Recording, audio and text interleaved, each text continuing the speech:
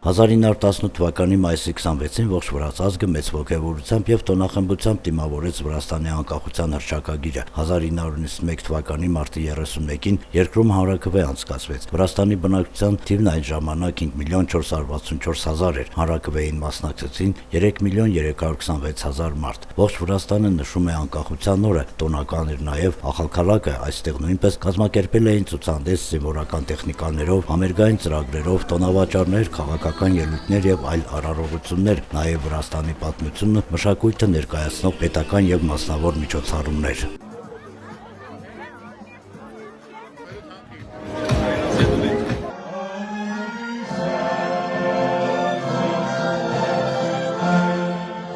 Შერიგებისა და სამოქალაქო თანასწორობის საკითხებში საქართველოს სახელმწიფო მინისტრის აპარატი ტრადიციულად მასპინძლობს და ორგანიზებას უწევს 26 მაისის საქართველოს დამოუკიდებლობის დღისადმი მიძღვნილ საზეიმო ღონისძიებებს ახალქალაქის მუნიციპალიტეტში.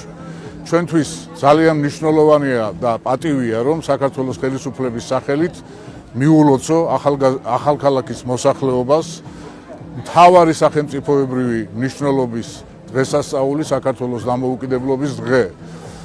ჩვენთვის ასევე მნიშვნელოვანია, რომ მოსახლეობის ყველა კატეგორია, ყველა ასაკობრივი შემადგენელი იყოს აქტიურად ჩართული ამ საზეიმო ღონისძიებებში. ამისთვის ძალიან მნიშვნელოვანი თემატური ღონისძიებები გვაქვს დაგეგმილი როგორც საგანმანათლებლო, კულტურული, შემეცნებითი, სპორტული მიმართულებით. მაქვს პატივი დღევანდელ დღეს საქართველოს დამოუკიდებლობის დღე მოგილოცოთ ახალქალაქიდან. 26 მაისი ყველამ კარგად ვიცით, უნიშნელოვანესი დღესასწაულია თითოეული ჩვენთაგანისათვის.